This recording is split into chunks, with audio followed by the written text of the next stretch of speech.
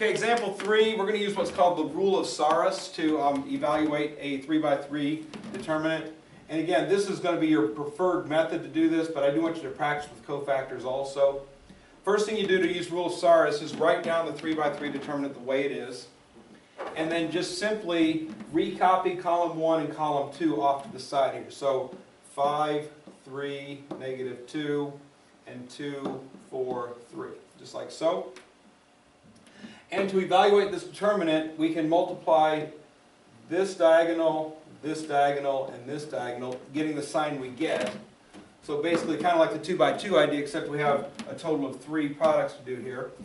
5 times 4 is 20 times 4 is 80.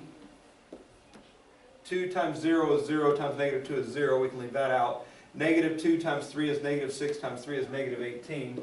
All 3 products came out to the sign they were, and again the 0 can just be ignored. And then we're going to multiply diagonally up this diagonal, and this diagonal.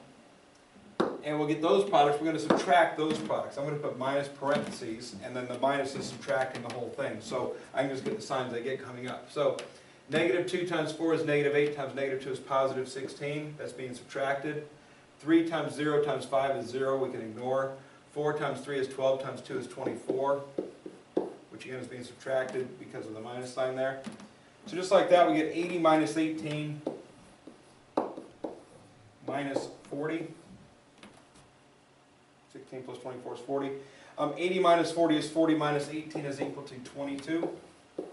And these were exactly the same problem. Hopefully you noticed that. So page by page here. Exactly the same problem, exactly the same answer. 2 ways to do the same problem. This technique only works on a 3x3. It will not work otherwise. So make sure that you don't try using it on other ones because you will get the wrong answer more often than not.